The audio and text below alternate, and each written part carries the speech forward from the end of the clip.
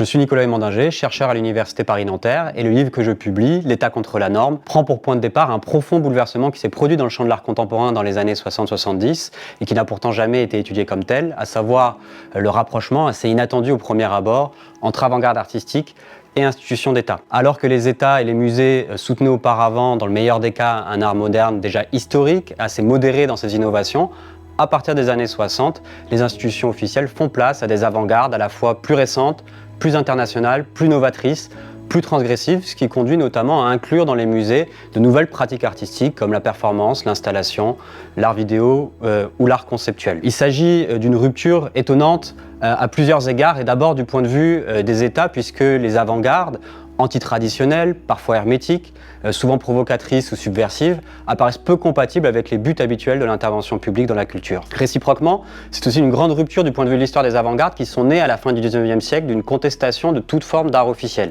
Et c'est bien pourquoi le soutien public apporté aux avant-gardes à partir des années 60 peut être considéré comme une explication de ce qu'on a appelé alors la fin des avant-gardes, l'entrée dans une ère dite postmoderne et l'avènement d'une nouvelle période artistique qu'on appelle depuis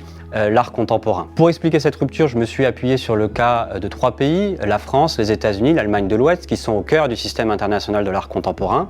en retraçant aussi bien l'histoire des espaces alternatifs new-yorkais que celle de la Documenta Kassel en Allemagne ou la création du Centre Pompidou en France. Je mets en lumière le rôle d'intermédiaires, souvent méconnus, qui ont introduit au cœur des institutions officielles les œuvres et les valeurs des avant-gardes. Je m'intéresse aussi aux mobilisations politiques autour de mai 68, qui ont conduit les musées à embrasser l'art d'avant-garde